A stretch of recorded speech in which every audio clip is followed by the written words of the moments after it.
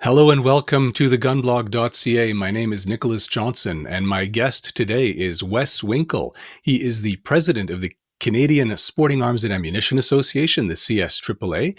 That's the country's biggest main industry group for the firearm industry. He's also the owner of Elwood Epps Sporting Goods, which is based in Orillia, Ontario, and is one of the country's biggest independent gun stores. Wes, thank you for coming on. Thank you very much for having me. And our focus today is Bill C-21, which is the Canadian government's latest anti-gun draft legislation, which was proposed back on May 30th. We're recording this on November 29th, and our focus today is an amendment that became public just last week, which is a mass gun confiscation, including many rifles and shotguns. How big a deal is this amendment? It's the single largest anti-firearms initiative by our Canadian government since the turn of the century, and it's going to cause a great deal of issues for the Canadian firearms industry and for firearms owners in general. And it's the mass confiscation, and I think just in terms of magnitude, like it's a 300 and something page document of lists of different firearms and models.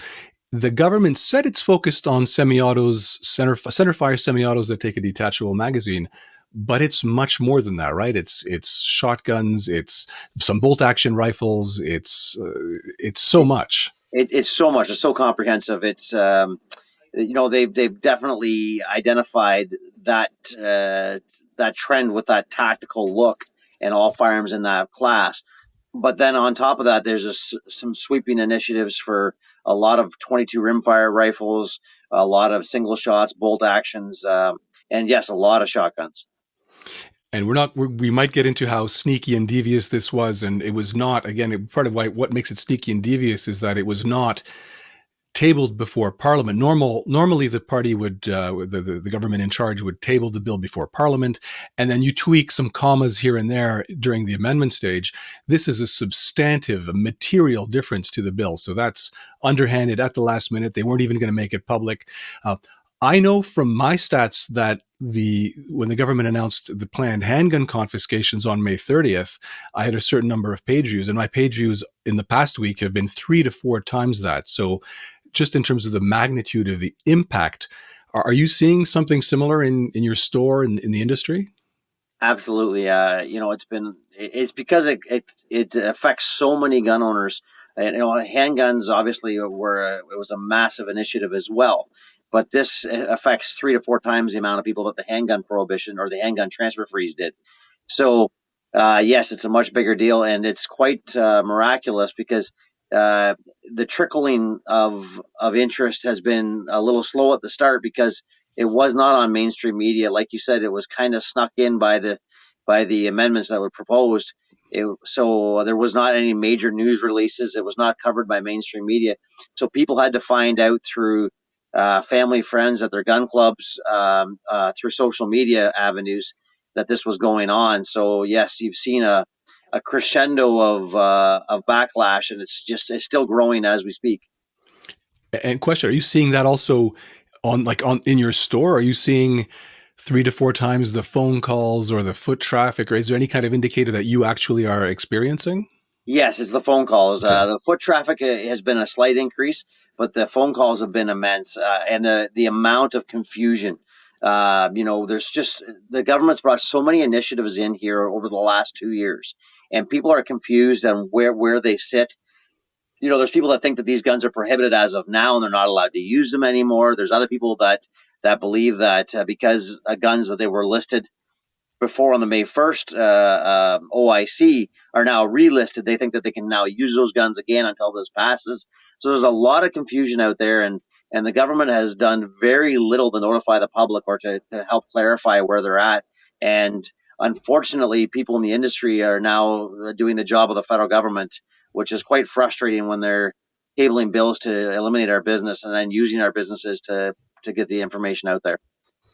And I'm going to say that the confusion and the chaos is deliberate, because you and I and your colleagues, right? We look at this stuff, we follow this stuff, but most of the guys, they're out shooting or out in the bush or out living their lives. They're not following the Canada Gazette and the latest sneaky sneaks of this or that parliamentary committee. So the it's everybody's trying to figure out what's going on, and I'm my skeptic or my inner voice says no, the government is absolutely exploiting this chaos and confusion. Yes, I mean, there's no other way to bring a conclusion to that thought other than it has to be deliberate because they have the information of all the license owners. They definitely have the ability to send out notices. I mean, there hasn't been any notification as far as mass emails. There's been no mailing that's gone out. Not even a press As much. release.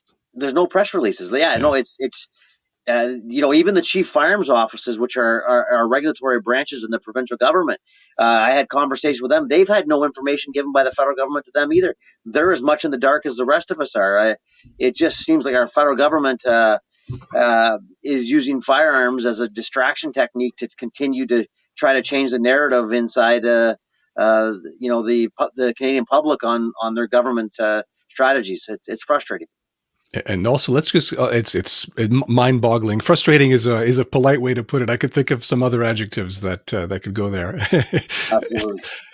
Some popular models. So the SKS is, as far as I'm aware, my research suggests that it's the most popular centerfire semi-auto in Canada. With I believe there's more than 200,000 models, Soviet, Chinese. I don't know if you have better numbers, but Yeah, no, just to, they put every variation of SKS, so the Yugoslavians and the Romanians are all covered as well. Those are more dated imports, but there's been lots of those brought in the country as well. And yeah, our estimates are over 250,000 of those rifles in circulation, so and that's substantial. That's a that's huge number. well, if you count there's 2.2 million PAL holders, that's statistically speaking, right? An average of more than 1 in 10 people with farm license is affected based on that statistic alone. Yeah, and anecdotally, as a gentleman that buys lots of used gun collections for our store, I would say that would be about right. About 1 in 10 would contain an SKS. I don't think the number would be lower than that. Also, other models that caught my eye: the M1 Garand, the M1 Carbine, the Benelli M1 Super 90. Now, there's some. Can you clarify what's going on with the Benellis? Well, so the Benelli is a very interesting paragraph in this amendment because they spell out the Benelli M1 Super 90 and basically every firearm with the Benelli action, and then they go ahead and list a bunch of exemptions of sporting models. And that's a very puzzling way to write it because many firearms in our industry use that Benelli action. A lot of more recent Turkish imports use that action and have advertised that action. There's a lot of guns in circulation that use that action. So when you prohibit all the firearms and all the variants of that Benelli, and then you take and specifically list some exclusions, only those firearms that are listed are now excluded. So your Benelli Super Black Eagle, for example, is on the exclusion list. So that firearm then would not be prohibited because it's excluded. But all those more recent Turkish imports are all that carry that Benelli action would all be included, and then there's no exclusion for those. So even the sporting variations of those would show that those guns would now be prohibited, and that's a very puzzling way to do it. Also, if Benelli is to come out with a brand new Super Black Eagle 4 next year, that gun now would be included in the prohibited list because it's not listed in the exclusions. And I'm not sure how fast the government would be willing to react and to put a new exclusion in for new makes and models, but a very puzzling way to write that. And again, I think it's written by people that don't really understand the industry. I'm going to be I'm going to suggest a different interpretation. Maybe it's written by people who do understand the industry and they're doing this deliberately to bleep with the industry. Yeah, But possibly. that's my opinion. It might not be yours. No, it is. It's quite possible, and I mean, you're not going to get an argument out of me. The only thing that I would say is that it puts Benelli at a significant commercial advantage because they have a list of excluded guns, whereas their competitors that make the similar actions do not. So it's the opposite of favoritism. It's basically cherry picking who the winners and losers. Yeah, and I think the idea was to take the sporting and the hunting guns, so to speak, out of the equation. And most of those are definitely listed in the Benelli lineup, but they've ignored all the variants that make hunting guns as well. Um, you know, if I if they want to exclude all the hunting guns with the Benelli style action, there would have to be 200 or 300 pages of exclusions, and those just don't exist. And there's also, when we were speaking, just preparing for this call, you said there's also some ambiguity around the more than 10,000 joule muzzle velocity guns like the Weatherby Mark V, the Ruger. Is it the Ruger Mark One? The Ruger number one, which is their Ruger single number one. block rifle. So we're aware back in the May 1st OIC that there was a few of those guns that were listed as prohibited due to the cartridge that they were chambered in. That cartridge had the ability to produce over 10,000 joules of energy. Now, in this current rendition or this amendment, they've listed all those makes and models specifically, and they do have a paragraph referencing the 10,000 joules. What's very confusing and what's we don't understand is when you start using the words capable of, if a barrel can be removed easily and a new barrel put on, is that gun capable of producing more than 10,000 joules? Well, that's up to the RCMP lab now, how far reaching this prohibition goes. And if every gun with that make and model is prohibited, now all of a sudden the ban encompasses, many more thousand hunting rifles. One of the most popular actions for building guns in Canada is the Mauser Sporter rifle. All the military Mausers that came back after the wars and were converted to hunting rifles. There's probably as many of those in existence as SKSs, and if all of those actions are prohibited, now all of a sudden, you're starting to see wide sweeping bans of bolt action hunting rifles as well. And that would be very concerning. I know I had the ability to talk to some folks from Weatherby this week, and they have a great deal of concern the way this is written, and they're trying to understand why the government's picking on their brand of rifles. And I was trying to give them some examples as to what we believe it is, but again, with no clarity from the federal government, we're not sure when this finally passes what all gets changed to prohibit it in the FRT. But I do caution gun owners that if you're sitting at home with a hunting rifle that you think is not going to be covered, I would exercise some caution, because it seems like a lot of hunting rifles are being included in this. And that's part of the confusion you mentioned a moment ago, that people think it's marketed as semi-auto mag-fed centerfire. I'm trying to get those three. It's a mouthful, but there's also some, from what I understand, I've seen there's some single shots, some 22s, some. We were just talking about the shotgun, so it's not just AR-15 ish type guns at all. It's much broader than that, and bolt actions. We just pointed out some bolt actions. So it's as far as I know, nobody that I know, maybe you have or your staff, a chance to go through the full list. But are there any other head scratchers? Or I mean, just like they're all head scratchers, but any other ones that really stand out as popular and that people should be aware of? Well, I mean, yeah, there's a lot of. I mean, of course, I'm going to vehemently disagree with the list in general. I mean, they're definitely not a list of choice guns used by criminals. But what they are, for the most part, are guns that if you are in the social media realms, like the government likes to fancy themselves in now, and you see Mr. Singh and Mr. Trudeau taking pictures of guns that they believe the average person that doesn't understand the gun industry would think look mean or look evil. They're the ability to market their government as doing something for public safety, when all of us that are in the know that that's just not the case at all. But Well, I think what the ones that are really startling when you start in volume is your Remington semi-automatic family of rifles. We've seen them being imported since the 50s. You got the Model 740, the 742, 7400, and all of us again are aware that there's magazine capacities available over 10 rounds, that were made over the years. And, those are guns that we see literally in the store every day by many hunters used. And that's a huge family of guns as well. And then, like you said, the historical stuff like M1 Garands and, Hakim rifles and Lungmans and Russian SVTs. All these guns are historical, collectible wartime pieces. And again, these things are 10, 12-pound rifles. They're not used by criminals anywhere, and they haven't been. You can track shootings from the Pacific Ocean all the way across the world, and you will not see any of these being used. So to have those prohibited in the veil of public safety is quite puzzling. And I would say, even if they were used, so what? That's not a reason to, just because someone does something bad with something, that's not a reason to take it away from good people. That's Oh, the way I see absolutely it. not. And I would say again, I'm not going to ask you to express yourself on this necessarily, unless you want to. But I believe that firearm firearm ownership is a benefit to public safety, as opposed to what the government thinks, which is eliminating firearm ownership is a benefit to public safety. But that's a personal view. Absolutely. I mean, it's from those of us that use firearms on a regular basis. They definitely can enhance public safety for sure, especially in some of the areas of animal defense and stuff like that. So yes, I agree with you 100%. Especially the northern.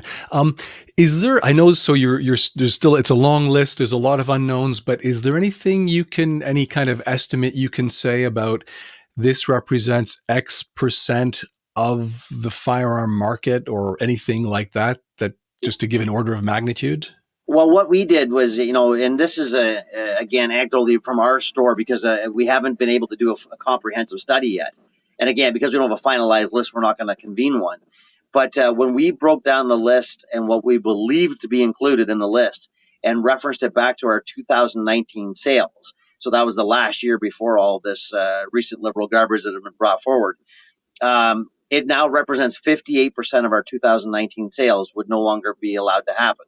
So you're dealing with over half of the sales in 2019 cannot exist once this Bill C-21 passes at current reading.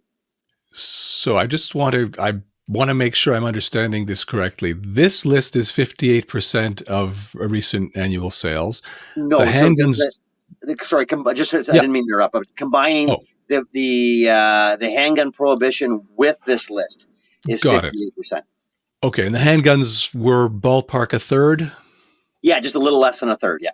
little less than a third. Okay, so this is we're getting up to, yeah, we're getting 58 is almost 60. I'm just doing the mental math here. Yeah, so it's a huge. This is going to, like, I'm just thinking of a business that lost more than half its market. That, what's this going to mean for the industry, for the stores, for the people out there? It's catastrophic. There's no other way to say it. It's absolutely catastrophic. We're probably going to lose about 17,000 jobs across the country. We're going to lose stores all over. There's no way around it. The volume of gun sales are just the very small component. The NSSF has tracked rates of fire, and if you eliminate semi-automatic rifles and handguns, you're eliminating almost 70% of the ammunition sales. I mean, the truth is bolt action rifles and lever and pump action rifles do not represent a very high rate of fire at shooting ranges across the country. So now when you start seeing that kind of ammunition sales drops and those kind of accessory sales drops, now you start losing distributors and importers and points of entry and sales reps and all this stuff. And now you start to wonder if these companies recognize Canada as a viable market for their product and whether they want to go through the hoops and the trouble of importing their products into Canada. I would say that even if you have the 8 guns in your gun cabinet are not affected by this, you might see that going forward, you might have trouble getting products to service your rifles because the industry is just slowly abandoning Canada as a viable market. And I'm going to try to just make this concrete to see if I'm getting what you're trying to present here. That, who are the people who are buying the consumables, the ammo, the gear? That's, of course, hunters is a huge baseline. That's hunters, but there's also, in terms of like ammo, it's the guys, the people going to the range and doing a lot of sport shooting or emptying their mags, or the handgun shooters who are consuming a lot. They might go through a weekend and hundreds of rounds in a weekend. Those are the people that keep the stores in business, because I'm not a hunter, but from what I understand, in the hunting community, you might buy one box of ammo per season, and a store can't stay in business with people who buy one box of ammo per season. Is that roughly accurate? Absolutely, like the hunting market is seasonal, and most of your big game hunting seasons are a couple weeks a year in most areas of the country. So you might sell a box of shells here or a couple accessories here and there, but by far the large consumers are the people that participate in sports shooting. Sports shooting is year round. It's done indoors, outdoors. It's done by men, women, children. In very active gun clubs across the country. It's done in rural areas and rural farms. This is where most of that stuff is done, and that's done on a regular basis every week.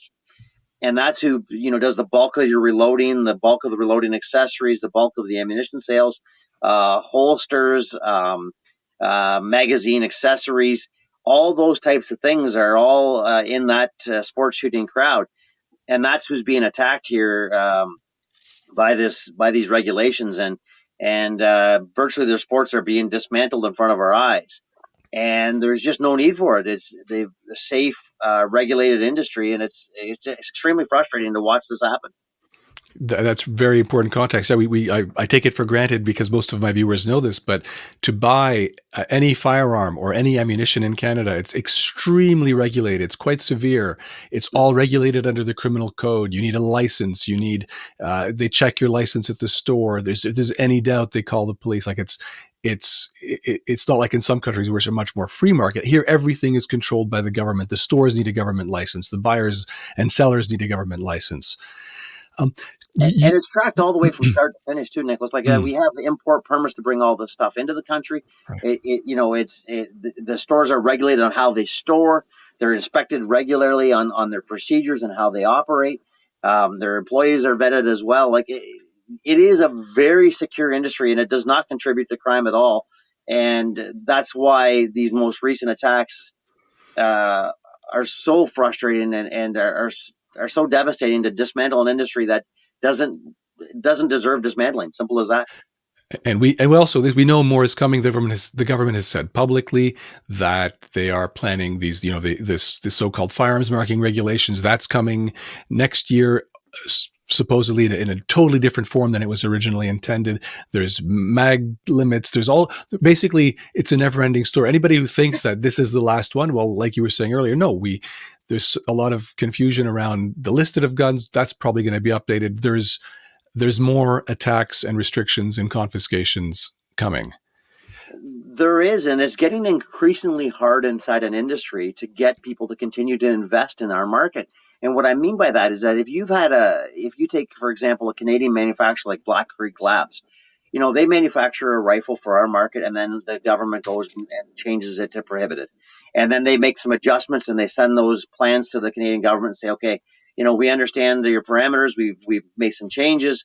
Here's our new introduction of our Canadian made rifles. You send those plans to the RCMP and they say, yes, okay, that gun will now be classified as non-restricted. So you spend millions of dollars investing in tooling and parts supply and all the rest to manufacture that rifle. And poof, now that one's prohibited as well.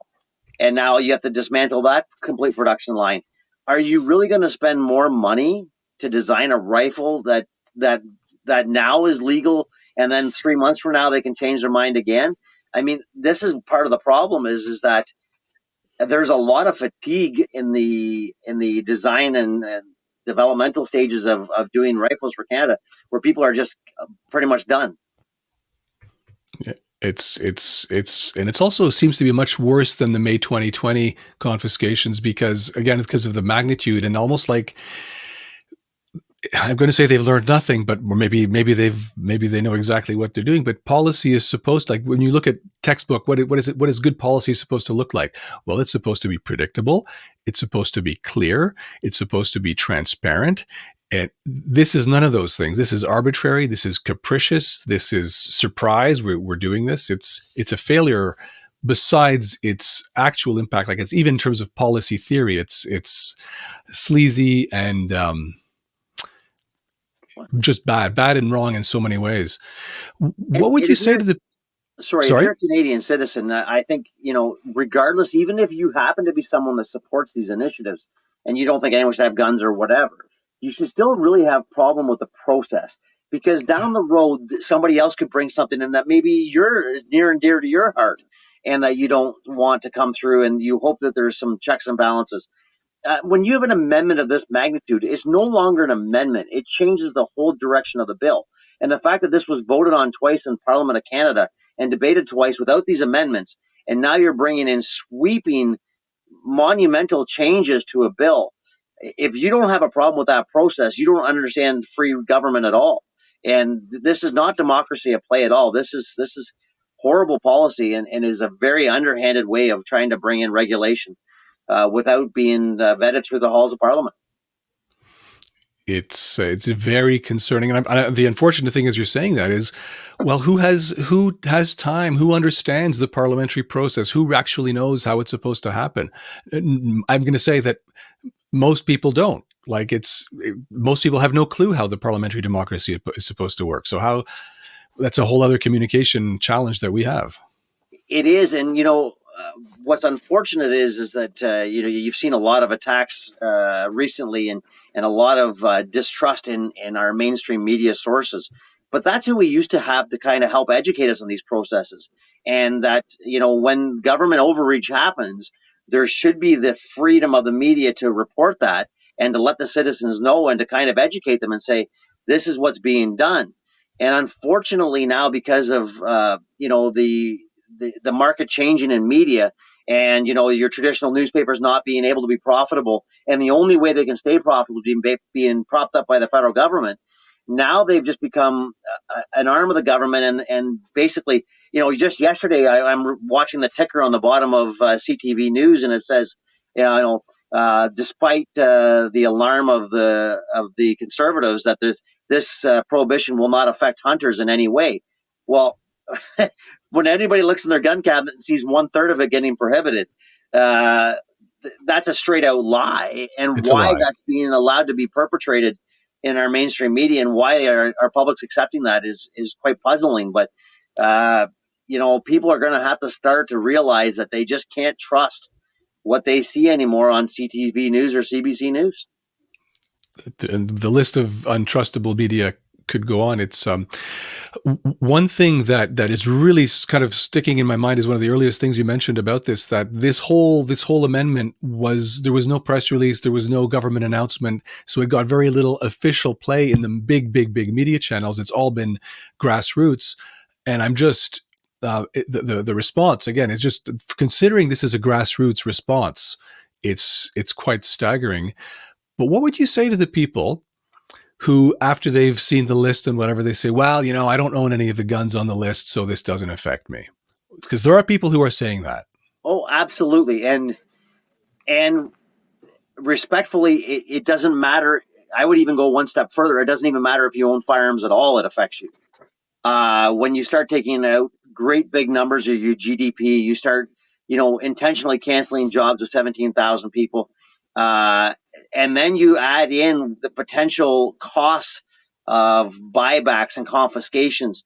We had a conference call today at 11 a.m. with the Canadian Taxpayer Federation, and they had a great deal of concern on many points. One of which is, what's the cost of this going to be to taxpayers? But on top of that, when you start seeing personal property being confiscated without proper compensation or without proper notice, in 10 years, when the government decides that they want to eliminate the internal combustion engine, and we no longer want gasoline powered vehicles, if all of a sudden there's a prohibition of those, and these precedents get set where they can take property without being compensated, and you have a nice 1972 Corvette sitting in your garage, and all of a sudden this prohibition or these confiscations start to come to you, and you start to argue with it, at that point they have the precedent set in the firearms community. It might be a lot harder to combat that. So no matter what you are as a Canadian, if you own property and you legally obtain that property like we have here, and it's being confiscated, you should have a great deal of concern with what's going on, regardless of whether you own firearms or not. As being a responsible citizen and who's sticking up for due process and their rights. Um, I'd like to close before I close out. I'm going to close out by asking you if there's anything to look forward to here, like any good news here. But before that, you CSAAA had an emergency meeting on Monday. That's yesterday as we record this. Your members are the firearm and ammunition industries and stores across the country, importers, exporters, retailers, distributors. What are you hearing from your members, or what are you advising your members to do? Well, I mean, so first off, just to clarify, we had an executive board meeting. So we have a volunteer executive, and that's who met. We have an industry roundtable scheduled for a week from now to kind of bring everybody up to speed on where we sit. But the board meeting was a lot of surreal and dismay as to where we sit because again we weren't given a heads up, and we now have to scramble to try to organize our businesses. But the board meeting was basically to try to get a handle as to exactly where we sit and what looks like it's going to be covered, and what the procedures are going to be. But again, without a lot of answers, it's hard to give those directive to our membership. But you know, the overall meeting was definitely met with a great deal of concern. I can't emphasize enough that uh, even like you said, if your rifles aren't affected in 18, 20 months, if this goes through the way it is, the places where you can go to get your firearms fixed, or if you can buy ammunition or buy accessories for them, I expect that number to be much, much smaller than what it is now. And a lot of your stores are not going to be able to survive this. And so I'm in an online I'm an online operation, you could say. So I see it immediately. I'm seeing right after this thing happened. It's like I have no guns left. I canceling my subscription because I basically can't own anything. People are getting frustrated. It was I give up, cancel my subscription, and I'm seeing a lot of cancellations. I wonder if on your end, are you seeing people trying to on a shopping spree trying to buy these things, or are they canceling orders? What's happening on Well, that end? it's actually been quite surprising. There's definitely some consumers that are still buying. We expected a large buying spree because we saw that with the handgun transfer free, and we saw that also with the May 1st OIC. And both of those items that are being sold were registered firearms. And we expected, because at that point the government knows exactly where they are.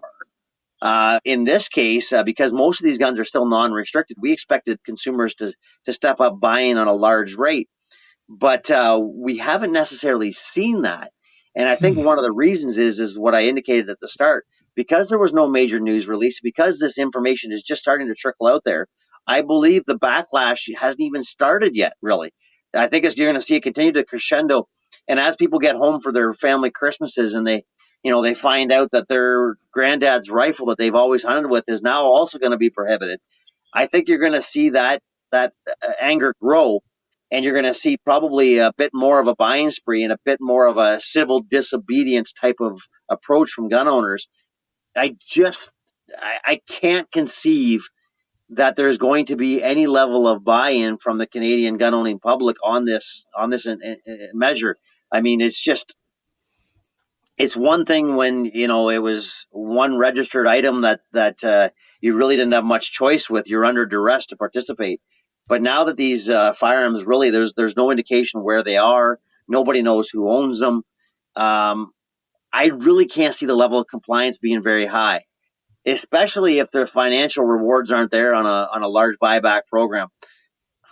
I mean, I'm just very concerned that most of our clientele in the next 6 months are going to go from being law-abiding Canadian citizens that are vetted to now being criminals because of what they possess, and doing And you so mean under duress. criminals like on paper they've been like they haven't done anything wrong. They've just been on paper declared outlaws. That's To right, clarify, yeah, and yeah. and possibly the government might see them as doing something wrong, but because of these changes in legislation, they might be forced into a criminal spot because they have no other choice. As my little tagline for that is, gun bans don't make people who break the law obey the law. Gun bans make people who obey the law break the law. It's easier to see in writing, but it's all of a sudden, yeah, they've redrawn the line. You haven't moved. You're just on the different side of the line.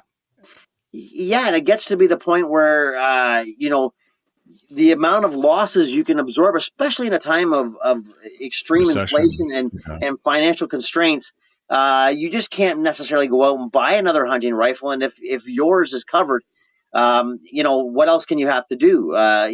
It's very frustrating for them. And another segment that if I could just touch on for a second is our disabled hunting community, which is a large portion of our hunting community as our population ages. Uh, Almost all of those people exclusively use semi-automatic rifles. And I've talked to quite a few in the last week that they just don't have the ability because of loss of digits or arms that don't work anymore. They're not able to operate manually operated actions, and the only way they can go hunting is with a semi-automatic rifle. And it seems again that there's no exclusion for these people in this bill, and again that puts those people also into a spot where they have to choose between possibly putting meat on their table or participating in their sport or their pastimes or becoming criminals, and that's horribly unfair, And even cruel. and I'm thinking of all the social aspect, like guys who are first. My dad, for example, his range time is a crucial part of his social life. Absolutely, so many active gun clubs in Canada, and they've been active, and they've been safe for years. You can go into any gun club. I mean, I just had Aurelia yesterday, and it shows a sign up, 70 years of safe shooting with no incidents at all, and there's no reason to attack these people. And I feel very sorry for them. They've done nothing wrong, and yet they're being attacked. It's frustrating for sure. I'd like to close out on something positive, because we're in this industry. We every time we talk, it's always, geez, it's bad, bad, bad. Can we find something, a silver lining, or some piece of good news, whether it's about the awareness or the community or the engagement or something you've seen, experienced, that you've seen that is positive in terms of the gun community or the industry?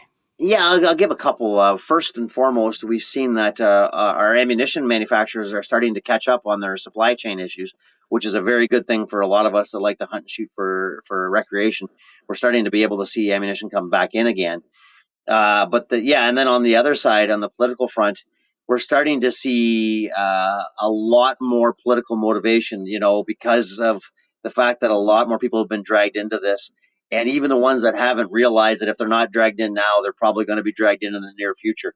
So, I've been seeing lots of text messages from friends that I would deem to be just hunters that have said, okay, I need to know who to write letters to. I need to know how to get motivated and how to stop this, because I really do enjoy my pastime, and I want to continue to do it. And I want my children to be able to do it.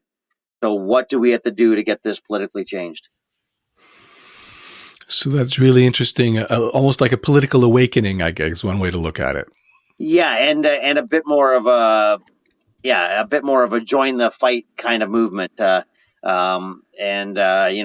hope that, like I said, people that when you start seeing the Canadian Taxpayers Federation, they have no skin in the firearms game, but they're starting to realize that these ramifications are not about firearms anymore.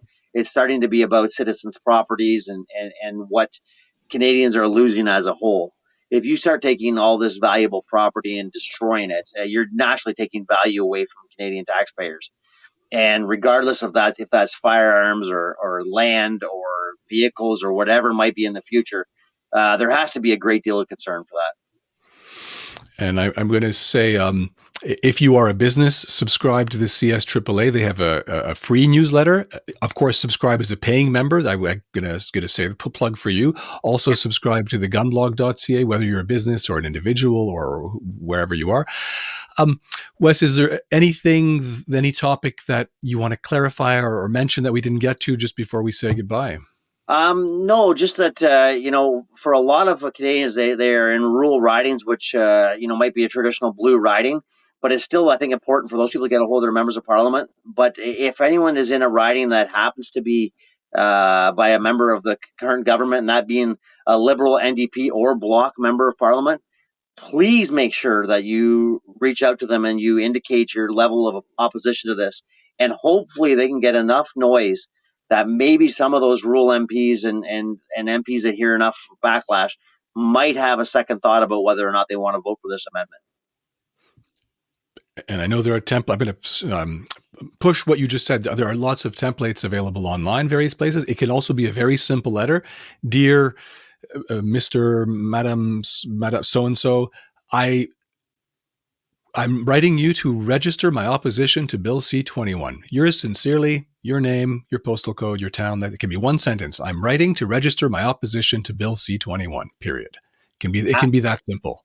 Absolutely. Writing letters, phoning the constituency office is never a bad thing, and demanding a phone call back is a good thing too, because that forced them to pay attention. Same with the showing up in person to constituency offices. They're in every riding, and showing up. And even though the person you're going to be meeting is not your member of parliament, I can assure you that they will be lodging those complaints with them.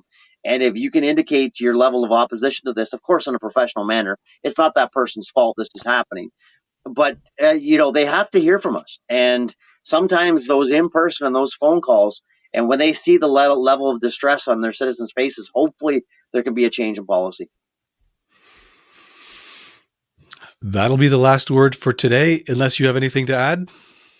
No, thank you for all you do, Justice. I appreciate it. Thank you for being my guest, Wes Winkel, president of the CSAAA and owner of Elwood Epps.